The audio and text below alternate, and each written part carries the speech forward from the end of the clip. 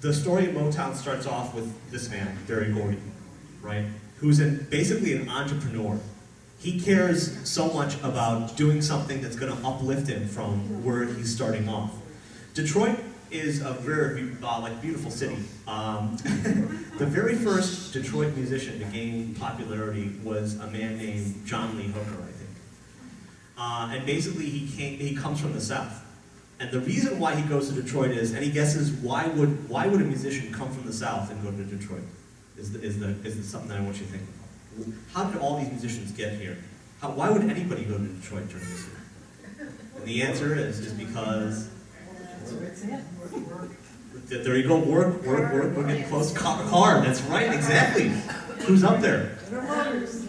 Exactly, we've got Ford, General Motors, Chrysler, right? Everybody's up there. And so the plant that John Lee Hooker goes to is Ford Motor Company. That's the same plant that this guy, Berry Gordy, goes to work for. So all these musicians, the real reason why they're there is to try to better themselves and get like a job and get respect and independence. And then music is kind of like a side thing. Everybody's kind of playing that jazz that I started off the program here. I think you guys heard it. I would love to play another jazz number, but we're going to run out of time, I think. And so hopefully I'll jazz it up during some of these things, which is where I come from this.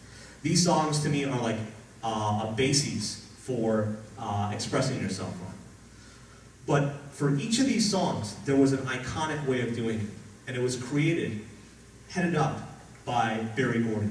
And he had this dream of basically taking what he learned in the Ford Motor Corporation, where at the beginning of the day, they would start with nothing, just a bunch of scrap.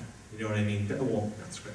But, you know, like just raw goods, basically. And eventually, by the end of the day, they would have a car, right? So it's kind of cool, because Berry Gordy took what he learned in the Ford Motor Company and said, what if I do that with music? Where, at the end of the day, instead of having a car, we have like 4 tracks. So we established sub-factories with one working group. Smokey Robinson was one of those nucleuses, right, nuclei. And another one of them is a group of songwriting team called Holland Dozier Holland. And they each ran kind of separate sub-factories. And by the end of the day, you'd have a track. They had them working 24 hours a day. Now, Berry Gordy, I think, was the type of person who just wanted to get rich any way he could. He was an entrepreneur, a businessman. And so that's the way I think of him. Even though he had like some musical talent, I think that for the most part, if it was something else that earned him more money, he might have gone into that. Don't tell him I said that. But at the same time, he's kind of that type of mentality.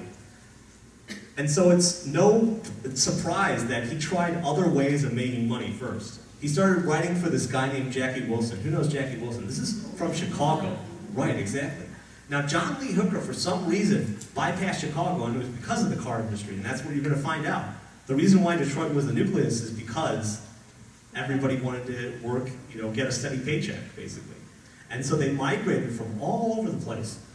And it's kind of cool because this mixes with, this Southern influence, blues influence, mixes with what Detroit already had in it.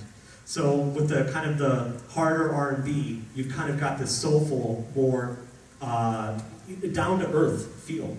And that's what was so successful about Motown. And it's no surprise that Berry Gordy did try to make it in other ways. If you look over here, that's his boxing days, right over there. See his boxing thing?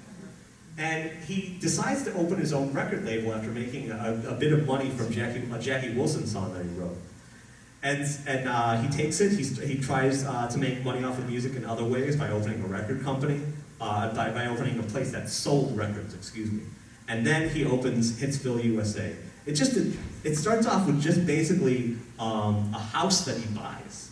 And he's just like, I'm gonna make music in the basement and I'm gonna live upstairs. So it's like I keep on saying, it's kind of funny to think about that his first hit was this.